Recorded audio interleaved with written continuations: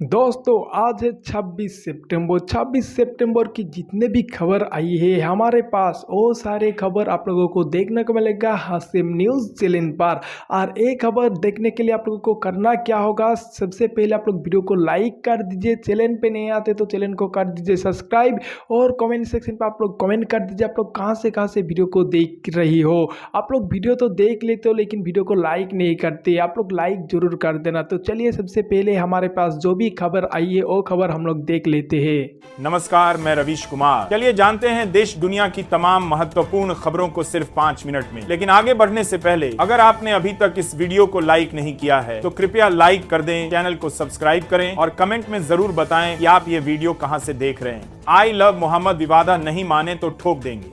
कानपुर से शुरू हुए आई लव मोहम्मद मामला पूरे यूपी में फैल रहा है। कानपुर, उन्नाव के बाद अब पीएम मोदी के संसदीय क्षेत्र वाराणसी में आई लव मोहम्मद के जवाब में संतों ने शंखनाद करते हुए आई लव महादेव का पोस्टर जारी किया है। सुमेरु पीठ के पीठाधीश्वर स्वामी नरेंद्रानंद ने कहा, भारत को नेपाल या बांग्लादेश नहीं बनने दिया जाएगा। अगर कोई नहीं माना तो उसे ठोक देंगे।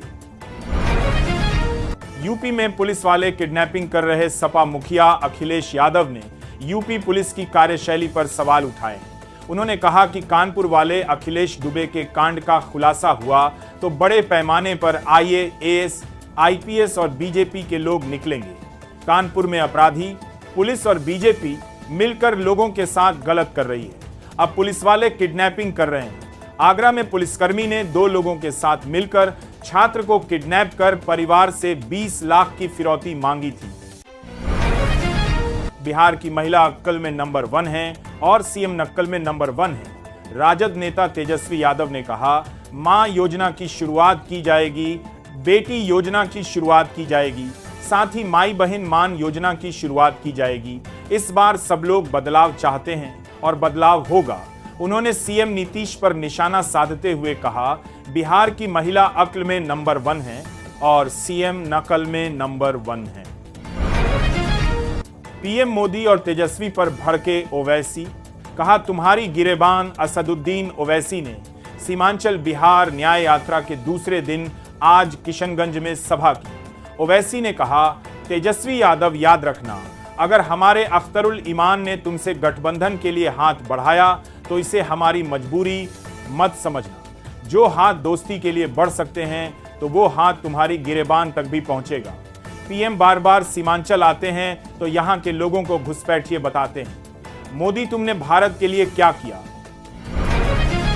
नोटबंदी के भाई नोटनंदी अखिलेश का योगी के मंत्री पर तंज। अखिलेश यादव ने मंत्री नंदगोपाल नंदी का वीडियो सोशल मीडिया में शेयर किया है। अखिलेश ने कैप्शन लिखा, जब भाजपाई जवाब नहीं दे पा रहे हैं तो सही सवाल को बेतुका बता रहे हैं। उन्होंने आगे लिखा, नोटबंदी के भाई नोटनंदी। दरअसल नंदी प्रेस कॉन्फ्रेंस में नई जीएसटी दरों पर बात कर रहे थे। तभी मीडिया ने पूछा कि 55 लाख करोड़ जनता से लूटा गया, क्या वह वापस किया जाएगा? जवाब में मंत्री ने कहा कि यह बेतुका सवाल है। भारत किसी से भी तेल खरीदे, रूस से नहीं। अमेरिका के ऊर्जा मंत्री क्रिस राइट ने भारत से अनुरोध किया है कि वह रूस से कच्चे तेल के आयात पर पुनर्विचार करे। न्यूयॉर्क में एक प्रेस कॉन्फ्रेंस में राइट ने कहा, आप दुनिया के किसी भी देश से तेल खरीद सकते हैं लेकिन रूस से नहीं। अमेरिका सहित अन्य देश भी तेल बेचते हैं। हमारा उद्देश्य भारत को दंडित करना नहीं बल्कि युद्ध समाप्त करना और भारत के साथ संबंधों को मजबूत करना है। ट्रंप के बयान पर भड़का रूस। रूस ने अमेरिका के राष्ट्रपति डोनाल्ड ट्रंप पर पलटवार किया है। रूस ने कहा कि ट्रंप एक बिजनेसमैन है जो दुनिया भर के देशों को तेल और गैस ऊंची कीमतों पर बेचने के लिए मजबूर कर रहे हैं। दरअसल संयुक्त राष्ट्र महासभा के दौरान ट्रंप ने रूस को कागजी शेर बताते हुए कहा था कि अगर रूस ने यूक्रेन के साथ युद्ध खत्म नहीं किया तो अमेरिका रूस पर और कड़े प्रतिबंध लगा देगा। अभी भारत और बांग्लादेश के बीच समस्याएं हैं। बांग्लादेश के मुख्य सलाहकार मोहम्मद यूनुस ने न्यूयॉर्क में चर्चा के दौरान भारत पर गंभीर आरोप लगाए हैं। उन्होंने कहा कि अभी भारत और बांग्लादेश के बीच समस्याएं हैं क्योंकि उन्हें छात्रों का काम पसंद नहीं आया। इसके अलावा भारत बांग्लादेश की पूर्व पीएम शेख हसीना की मेजबानी कर रहा है जो हमारे देश में कई तरह की समस्याओं की कारण है। साथ ही यूनुस ने बांग्लादेश के खिलाफ फेक न्यूज फैलाने का भी आरोप लगाया। अब चलती ट्रेन से लॉन्च हो जाएगा अग्नि प्राइम मिसाइल परीक्षण।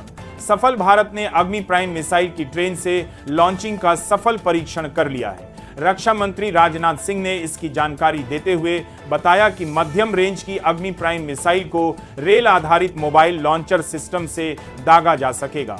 यह अगली पीढ़ी की मिसाइल ट्रेन से ही लॉन्च होकर 2000 किलोमीटर तक की रेंज में किसी भी लक्ष्य को भेद सकती है।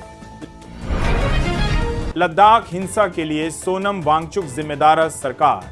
लेह लद्दाख हिंसा में 4 लोगों की मौत हो चुकी है और 70 लोग घायल हैं। केंद्र सरकार ने हिंसा का जिम्मेदार पर्यावरण कार्यकर्ता सोनम वांगचुक को बताया है। सरकार ने कहा कि सोनम वांगचुक ने भड़काऊ बयानों से लोगों को उकसाया। उन्होंने हिंसा के बीच भूख हड़ताल खत्म दी और घर चले गए। उन्होंने हालात काबू करने का प्रयास नहीं किया। वांगचुक ने जिन 15 मांगों को रखा है उन पर हाई लेवल कमेटी की चर्चा चल रही है। बिहार विधानसभा चुनाव की तारीख पर बड़ी खबर। बिहार विधानसभा चुनाव को लेकर बड़ी खबर सामने आ रही है। बिहार चुनाव आयोग ने राज्य सरकार के सभी महकमों को 6 अक्टूबर तक अधिकारियों और कर्मियों के तबादले की प्रक्रिया पूरी करने का सख्त निर्देश जारी किया है। इससे साफ है कि विधानसभा चुनाव की आधिकारिक घोषणा 6 अक्टूबर के बाद कभी भी हो सकती है। सूत्रों के मुताबिक मुख्य चुनाव आयुक्त के नेतृत्व में आयोग की टीम जल्द बिहार का दौरा करने वाली है। फिलिस्तीन को राष्ट्र की मान्यता देने का विरोध नहीं, लेकिन इटली की प्रधानमंत्री जॉर्जिया मेलोनी ने फिलिस्तीन को राष्ट्र के रूप में मान्यता देने पर अपनी प्रतिक्रिया दी है। उन्होंने कहा कि मैं फिलिस्तीनी राज्य को मान्यता देने के विरोध में नहीं हूं, लेकिन इटली की प्रधानमंत्री जॉर्जिया मेलोनी ने लेकिन हमें अपनी प्राथमिकताएं तय करनी होंगी। मेलोनी ने फिलिस्तीन को राष्ट्र की मान्यता देने के लिए 2 शर्तें रखी हैं। पहली बंधकों की रिहाई और दूसरी फिलिस्तीन की सभी राजनीतिक प्रक्रियाओं से हमास को बाहर रखना। यूपी में कैसा कानून है? आई लव मोहम्मद विवाद पर भड़की इकरा हसन कानपुर से शुरू हुए आई लव मोहम्मद विवाद पर कैराना से सपा सांसद इकरा हसन ने कहा, यूपी सरकार संविधान और देश के नागरिकों के अधिकारों से अनजान लगती है। हम समझ नहीं पा रहे हैं कि यहाँ आलोचना तो समझ में आती है, लेकिन अगर कोई किसी त्योहार पर अपने धर्म के बारे में कुछ अच्छा कहे तो उनके खिलाफ कार्रवाई होती है। हर मजहब पर इसी तरीके से आपत्ति लगने लगे तो हम कहां खड़े होंगे। सपा कभी आजम खान के साथ खड़ी नहीं हुई। अपनी जनता पार्टी के राष्ट्रीय अध्यक्ष स्वामी प्रसाद मौर्य ने आजम खान की रिहाई पर प्रतिक्रिया दी है। स्वामी प्रसाद ने कहा, बीजेपी ने राजनीतिक द्वेष और बदले की भावना से प्रेरित होकर आजम खान पर झूठे आरोप लगाए। आजम खान दशकों से अब की राजनीति में महत्वपूर्ण स्थान रखते हैं। यह सत्य है कि सपा आजम खान के साथ कभी खड़ी नहीं हुई है। यह बहुत ही दुर्भाग्यपूर्ण है। बलि का बकरा बनाने की रणनीति एमएचए ने सोनम वांगचुक को लद्दाख हिंसा का जिम्मेदार ठहराया है। इस पर सोनम ने कहा, यह बलि का बकरा बनाने की रणनीति है ताकि लद्दाख की असल समस्याओं से ध्यान हटाया जा सके। सरकार चतुराई दिखा सकती है, लेकिन यह बुद्धिमानी नहीं है। युवाओं में असंतोष है, ऐसे में चतुराई नहीं समझदारी की जरूरत है। मैं गिरफ्तारी के लिए भी तैयार हैं, लेकिन जेल में सोनम सरकार के लिए बाहर वाले सोनम से ज्यादा चुनौतीपूर्ण साबित होगा। सीएम मोहन को बीजेपी वाले कुर्सी पर नहीं रहने देंगे। कांग्रेस प्रदेश अध्यक्ष जीतू पटवारी ने मोहन यादव सरकार पर तीखा हमला बोला। उन्होंने आरोप लगाया कि सरकार लाडली बहना योजना में बहनों से 1800 रुपए लूट रही है। पटवारी ने कहा कि भाजपा ने चुनाव में 3000 रुपए देने का वादा किया था, लेकिन अब केवल 1250 रुपए दिए जा रहे हैं। उन्होंने चेतावनी दी कि यदि मोहन यादव जी 3000 रुपए नहीं देंगे तो भाजपा वाले आपको सीएम के कुर्सी पर नहीं रहने देंगे। यूएन में साजिश हुई, सीक्रेट सर्विस करेगी जांच। अमेरिकी राष्ट्रपति डोनाल्ड ट्रंप ने संयुक्त राष्ट्र यूएन में हुई 3 रहस्यमयी एक्सेलेटर, टेलीप्रॉम्पटर, साउंड घटनाओं को ट्रिपल सैबोटेज करार देते हुए इसे एक सुनियोजित षड्यंत्र बताया है। उन्होंने इन घटनाओं की गहन जांच के लिए अमेरिकी सीक्रेट सर्विस को तुरंत निर्देश जारी किए। ट्रंप ने कहा, हमने रेलिंग पकड़ी थी, नहीं तो स्टील की सीढ़ियों पर गिरकर बड़ा हादसा हो सकता था। यूपी ट्रेड शो में हंगामा।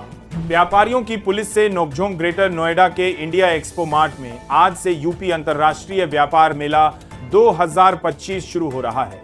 ट्रेड शो के उद्घाटन से पहले पुलिस और कारोबारियों की नोकझोंक हुई है। बताया जा रहा है कि एंट्री के लिए वीआईपी पास दिए गए थे। सुबह 8 बजे कार्यक्रम में बुलाया गया था।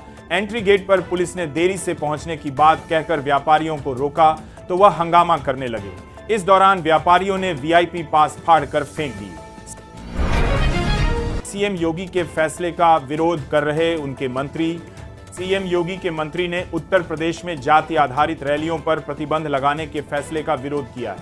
मंत्री ने कहा कि इस आदेश से वंचित और पीड़ित जातियों के न्याय और सम्मान पाने के रास्ते में बाधा आएगी। अगर जातियां संगठित नहीं होंगी तो लोकतंत्र में उनका वाजिब हिस्सा कैसे मिलेगा। मंत्री का कहना है कि इस आदेश पर पुनर्विचार के लिए वह सरकार और पीएम मोदी को पत्र लिखेंगे। सोने में गिरावट शुरू। सोने में तेजी का सिलसिला थम गया है और इसके दाम में गिरावट शुरू हो गई है। 24 कैरेट सोना आज 352 रुपए सस्ता होकर 1,13,232 रुपए प्रति 10 ग्राम पर पहुंच गया है, जबकि 22 कैरेट गोल्ड 1,03,721 रुपए प्रति 10 ग्राम पर पहुंच गया है। इधर चांदी आज 467 रुपए फिसलकर 1,34,556 रुपए प्रति किलो पर पहुंच गई है। हालांकि यह गिरावट बेहद मामूली है, लेकिन कई एक्सपर्ट्स ने बड़ी गिरावट की संभावना जताई है। लाल निशान पर खुला शेयर बाजार। शेयर बाजार में आज गिरावट है। सेंसेक्स 100 अंक से ज्यादा गिरकर 81,600 पर कारोबार कर रहा है। निफ्टी में भी करीब 30 अंक की गिरावट है। यह 25,050 पर कारोबार कर रहा है।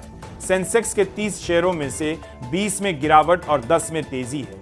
आज ऑटो, इट और बैंकिंग शेयर्स में ज्यादा गिरावट है। वहीं एफएम, सीजी और एनर्जी शेयर्स में बढ़त है। बीजेपी का बड़ा ऐलान। बीजेपी ने बिहार चुनाव को लेकर अपने प्रभारी और सह प्रभारी के नामों की घोषणा कर दी है। बीजेपी ने केंद्रीय मंत्री और पार्टी के वरिष्ठ नेता धर्मेंद्र प्रधान को बिहार चुनाव का प्रभारी नियुक्त किया है, जबकि सीआर पाटिल और केशव प्रसाद मौर्य को सह प्रभारी बनाया गया है। पश्चिम बंगाल के लिए चुनाव प्रभारी भूपेंद्र यादव और सह प्रभारी बिप्लब देव बनाए गए हैं। तमिलनाडु के लिए बैजयंत पांडा चुनाव प्रभारी नियुक्त हुए हैं। रिफॉर्म, परफॉर्म, ट्रांसफॉर्म सब पर होगी मेड इन इंडिया की छाप। ग्रेटर नोएडा के इंडिया एक्सपो मार्ट में आयोजित यूपी ITS 2025 में पीएम मोदी ने कहा, हमारी सेनाएं स्वदेशी चाहती हैं और दूसरों पर निर्भरता को कम करना चाहती हैं। हम भारत में ही एक वाइब्रेंट डिफेंस सिस्टम विकसित कर रहे हैं। पुर्जे पुर्जे पर मेड इन इंडिया की छाप हो, हम ऐसा इकोसिस्टम बना रहे हैं। आज भारत रिफॉर्म, परफॉर्म, ट्रांसफॉर्म की प्रतिबद्धता के साथ अपने उद्योग, व्यापारियों और नागरिकों के साथ खड़ा है। बीएसपी में जाने की अटकलों पर आजम की दो टूक। मैं बिकाऊ नहीं हूं। आजम खान ने बीएसपी में शामिल होने की अटकलों को नकार दिया और मीडिया के माध्यम से बड़ा संदेश दिया है। बीएसपी में जाने के सवाल पर आजम खान ने कहा, हमारे पास चरित्र नाम की एक चीज है। लोग प्यार करें और इज्जत करें, मैं बिकाऊ नहीं हूं। हमने यह साबित कर दिया है। शिवदीप लांडे बोले, लड़ेंगे चुनाव। हिंद सेना के प्रमुख और पूर्व आईपीएस अधिकारी शिवदीप लांडे ने अररिया 0 माइल पर पार्टी कार्यालय का उद्घाटन किया। इस दौरान उन्होंने कहा, हमारी पार्टी का अभी रजिस्ट्रेशन नहीं हुआ है। अगर चुनाव के पहले रजिस्ट्रेशन हो जाता है तो हम चुनाव लड़ेंगे। अगर रजिस्ट्रेशन नहीं हो पाता है तो भी हमारी पार्टी लड़ेगी। वे खुद कहां से लड़ेंगे अभी तय नहीं किया है। दुनिया के दूसरे सबसे रईस दान करेंगे अपनी 95% दौलत। दुनिया के दूसरे सबसे अमीर शख्स ओरेकल कंपनी के संस्थापक लैरी एलिसन अपनी 95% संपत्ति दान करने की योजना बना रहे हैं। लैरी ने 2010 में गिविंग प्लेस के तहत अपनी 95% संपत्ति दान करने का वादा किया था। लैरी का कहना है लगभग सारी दौलत परोपकारी कारणों के लिए दी जाएगी, जिसे वह अपनी। तो दोस्तों, वीडियो आप लोगों को कैसी लगी है, खबर आप लोगों को कैसी लगी है, वो आप लोग अपना राय दीजिएगा आप लोग कमेंट पे। और आप लोग कहां से देख रहे हैं वो भी आप लोग बताइएगा।